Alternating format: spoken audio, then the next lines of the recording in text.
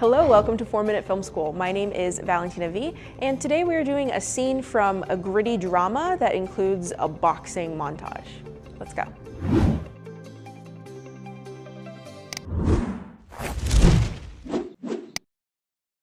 All right, I'm here with director of photography Oliver Lukacs. He has done fashion, music videos, horror films, and today we are doing a scene that's from a narrative kind of boxing movie. I think it's just like a classic Rocky, Creed, boxing gym, training montage situation. So this scene is composed of several shots. The first one, of course, is the master shot, the wide shot. So what was the camera movement here? It's a dolly move.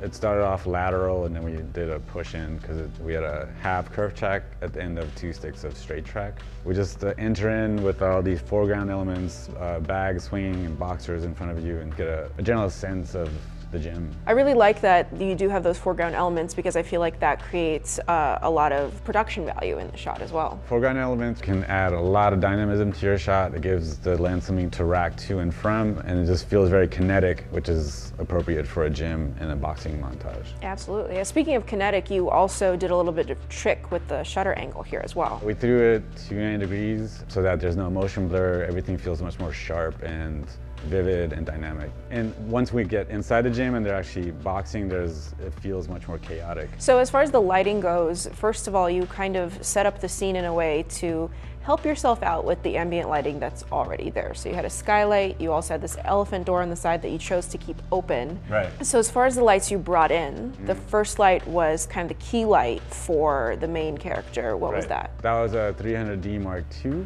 and we had a modifier Fresnel lens on it, completely undiffused, so it would be like just a hard edge coming from the far side. And then you took the same light and put barn doors on it and made that in the background. Yeah, we had a 300D Mark II with barn doors and a modifier Fresnel doing the slash of light in the back wall. It was accent, and it was also to give you separation, specifically for the trainer, because he didn't really have any light on him. He was more in a silhouette, and he tended to land right where the slash was, so that was a nice way to separate him from the background. And then you had one light that was pinging the lens in some instances, so it was actually aimed at the lens. Yeah, it was specifically to spike the lens so that when we're moving in, you'll get this flash of light in between the person boxing in the foreground. Especially when you're dealing with action or action sequences or anything to do with action, it's just good to pepper the lens sometimes with a spike or two, you know?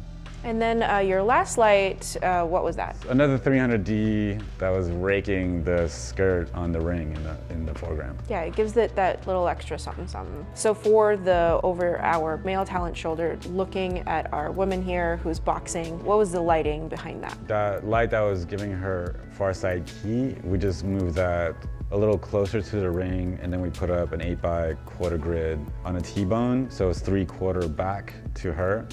And that was basically doing everything for that shot. Yeah, it lit her face, it gave her an eye light, Yeah. It also lit the back of his neck as well. And then you also kept the door open in the room as well, right? The elephant door? Yeah. Yeah, that was open the whole time. It was just adding a little base exposure and ambient light. Finally, for that over-the-shoulder shot, you also did two things. You moved the mirror in the room to be behind her. You know, it's more interesting and also a bit of a depth cue, so you know how far the wall is away from her, and it gives her a little more separation. Just the way we had it on the wall in the wide, it was like a little bit of slash behind her.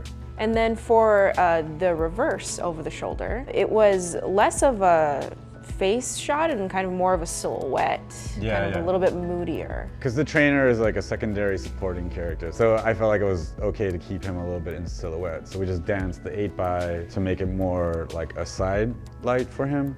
And then we let the elephant door just sort of give him an edge over his jaw.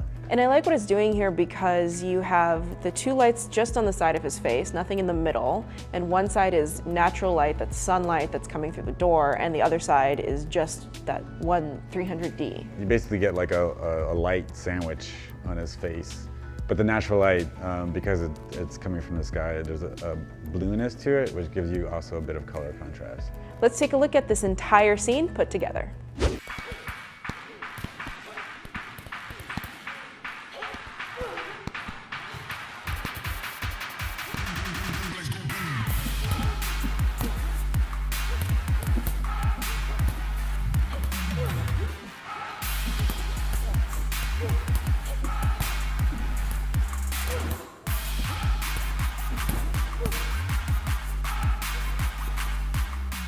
All right, Oliver, if the folks at home want to recreate something like this, an actiony, boxy scene, what are some takeaways that they should learn from? Start with an 80-degree shutter, because that will immediately give you a certain kind of aesthetic that most people associate with sports and action.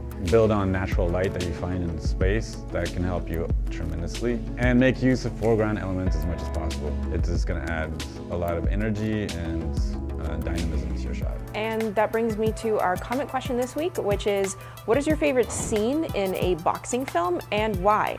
Let us know in the comments on the YouTubes, and the best answer is going to win an empty SKB case. Make sure that your email address is actually on your YouTube page, otherwise we can't find you. If you like what we do here, if you love this episode, please do give it a like, and you can also follow us on our social media. Our links will be down below. Until then, have an awesome day. See you later. Bye.